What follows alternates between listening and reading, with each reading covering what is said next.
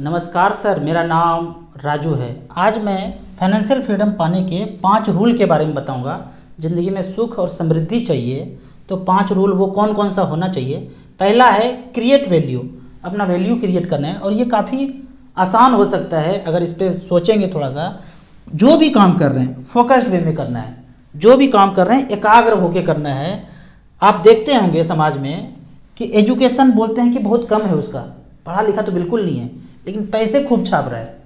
वो इसलिए क्योंकि वो उस समय जो काम कर रहे हैं फोकस वे में कर रहे हैं, एक एट ए टाइम एक ही काम कर रहे हैं। आप देखेंगे एक ऑफिस में MBA करके आए हैं, इंजीनियरिंग करके आए हैं, डिग्री तो बहुत ज़्यादा उनके पास है, लेकिन जो ऑफिस के मालिक हैं ना, जब भी बुलाते हैं 12th पास एक लड़का है और अपने काम को इतने तन्मयता से करते हैं, फोकस वे में करते हैं कि जब भी मालिक को बुलाना पड़ता है तो इन्हीं को बुलाते हैं, क्योंकि ये अपने काम में इतने लीन हैं और इतने हर चीज़ को परफेक्टली जानते हैं कि इनको मालिक इनको ही बुलाते हैं, ये पढ़ा लिखा डिग्री वाला आदमी को नहीं बुलाते हैं।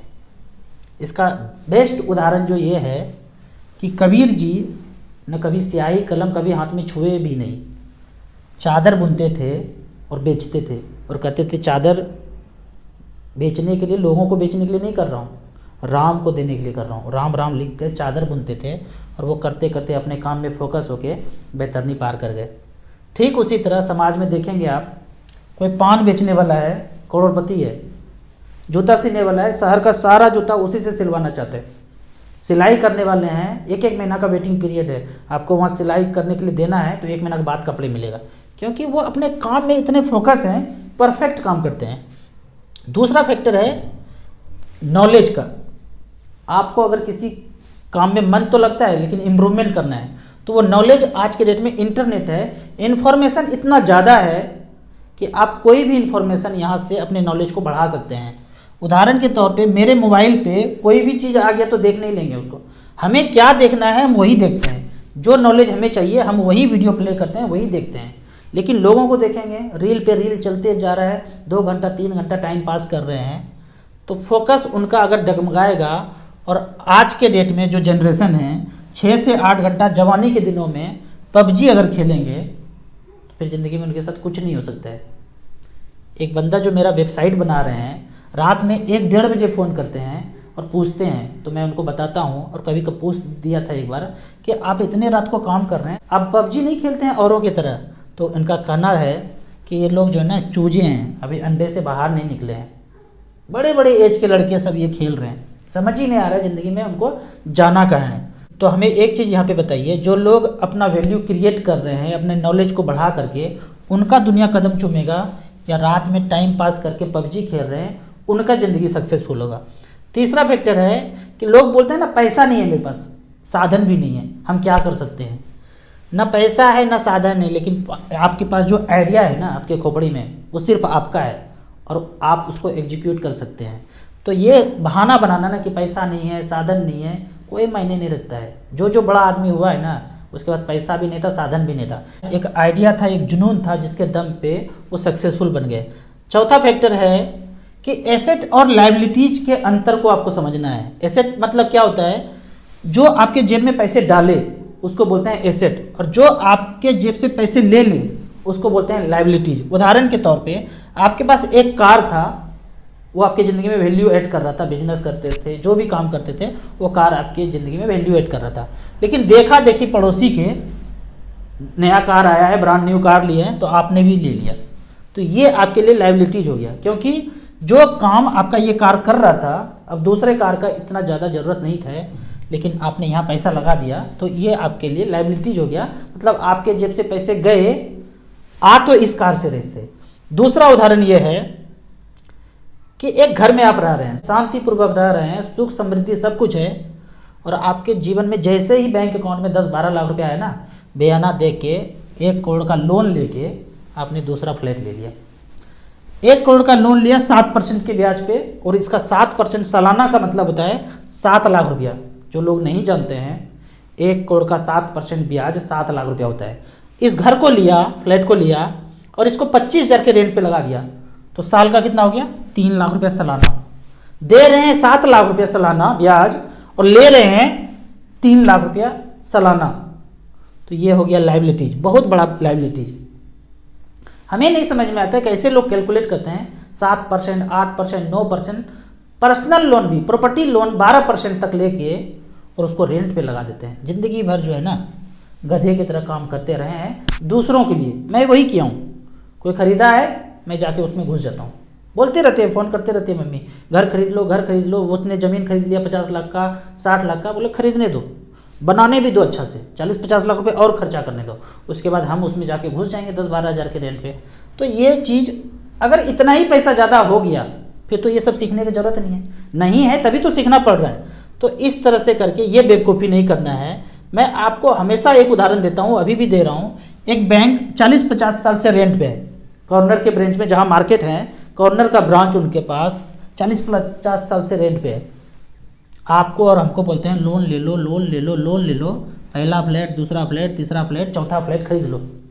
खुद 40-50 साल से रेंट पे रह रहे हैं। उन्होंने अपना पैसा मार्केट में इन्वेस्ट किया है और हमें लोन में फंसा करके बोलते हैं लोन में EMI देते रहो। अब पांचवा फैक्टर है जो लोगों को कम समझ में आता है, सेविंग को ही इन्वेस्टमेंट समझ लेते हैं, जबकि सेविंग और इन्वेस्टमेंट में थोड़ा सा अंतर है। सेविंग मतलब आपका जो इन्फ्लेशन है उसके बराबर आपको रिटर्न मिल गया। मतलब 1 लाख का कोई चीज़ आज खरीदते हैं, 10 साल के बाद भी अगर खरीदना चाहें तो वो खरीद पाएंगे यदि आपने बैंक में रखा पैसा और 6% का ब्याज मिल रहा है। इन्फ्लेशन भी लगभग 6% का है, तो 10 साल के बाद बैंक से पैसा निकालिए, वही चीज़ खरीद लीजिए। लेकिन इन्वेस्टमेंट उसको बोलते हैं जो आपके इन्फ्लेशन से ज़्यादा रिटर्न दे पाए, उसी को इन्वेस्टमेंट बोलते हैं। मतलब यदि ये इंटरेस्ट ऐसे जगह पे पैसा लगाते हैं 12, 13, 14, 15% मिल जाता, तो 1 लाख अगर इन्वेस्ट किया और आज वो सामान नहीं खरीदे जो 1 लाख का मिलता था, उसको इन्वेस्ट किया कर दिया ऐसे जगह पे 10-12%, 13% रिटर्न मिल जाए, तो 10 साल के बाद वो सामान तो हम खरीद ही लेंगे क्योंकि इन्फ्लेशन 6% था और हमारा पैसा 12, 13, 14% के रेट से बढ़ा है, तो थोड़े से पैसे बच भी जाएंगे। जो थोड़े से पैसे बच जाएंगे अगर बचते हैं तो उसी को इन्वेस्टमेंट बोलते हैं। मतलब इन्फ्लेशन से अगर ज़्यादा रिटर्न दे तो इसको इन्वेस्टमेंट बोलते हैं, इन्फ्लेशन के बराबर ही रिटर्न दे तो उसको सेविंग बोलते हैं। तो हमेशा एक तरीका सोचना चाहिए जो आपको सेविंग से, इन्फ्लेशन से ज़्यादा रिटर्न दे पाए। 25-30 साल का एक रिकॉर्ड है भारत देश में, बाहर के देश में तो इससे भी पुराना है। इक्विटी म्यूचुअल फंड SIP एक ऐसा तरीका है जो आपको सेविंग से, इन्फ्लेशन से थोड़ा सा ज़्यादा अच्छा रिटर्न दे सकता है। उदाहरण के तौर पे यहाँ पे मैं एक फंड लेता हूँ, Nippon India growth fund, mid cap category में 1995 से लेके 2023 तक मात्र 1,000 रुपये पर मंथ किसी ने यहाँ पे इन्वेस्ट किया। 1,000 रुपये पर मंथ, 3,28,000 रुपये जमा किए हैं। 1,000 रुपये पर मंथ एक बार में नहीं दिए हैं, 3,28,000 जमा हुआ है और वैल्यू बना है इकाई, दहाई, सैकड़ा, हज़ार, 10,000, लाख, 10 लाख, करोड़, 1 करोड़ 38 लाख। समझ में नहीं आएगा ये फिगर। अगर 1 करोड़ हटा भी देना, 3,28,000 का वैल्यू, मात्र 38 लाख भी मिले तो भी कहेंगे कि बहुत ज़्यादा रिटर्न है। लेकिन यहाँ पे ऐसा रिटर्न है कि सारे जनरेशन का जो है ना गरीबी मिटा सकते हैं, आगे नेक्स्ट जनरेशन का। और रिटर्न चेक करेंगे 22% का रिटर्न सालाना जनरेट करके दिया है। अब एक साधारण आदमी को हमेशा एक कैलकुलेशन जरूर करना है कि क्या सेविंग, क्या इन्वेस्टमेंट, क्या ग्रोथ। SIP के सेक्शन में गए और मान के चलता हूँ कि 10,000 रुपये पर मंथ आप अपने जीवन में, जब एक्यूमुलेशन फेज है, जब जवानी का फेज है, 25 साल तक आप मान लेते हैं काम करते हैं, तो बाद में एक्यूमुलेशन फेज के बाद डिस्ट्रीब्यूशन फेज आएगा। मतलब अब बूढ़े हो गए तो पैसा चाहिए। तो पहला फेज जो एक्यूमुलेशन फेज है 10,000 रुपये पर मंथ किया, 25 साल तक किया, और यहाँ पे सेविंग एलिमेंट जैसा 7% का रिटर्न मिले और ऐसे जगह पे हम इन्वेस्ट करें तो 30 लाख का वैल्यू 81-82 लाख रुपया हो जाता है। लेकिन यही पैसा अगर हम इन्वेस्टमेंट के तौर पे ग्रोथ वाले ऑप्शन में डालें और 12% का रिटर्न मिले तो 81 लाख ना होके 1 करोड़ 89 लाख रुपीज़ यहाँ पे हो सकता है। और यदि गलती से वो म्यूचुअल फंड SIP रिटर्न 15% का रिटर्न दे दे मात्र 10,000 रुपये पर मंथ, तो 3 करोड़ 28 लाख रुपया हो सकता है 10,000 रुपये पर मंथ की दर से।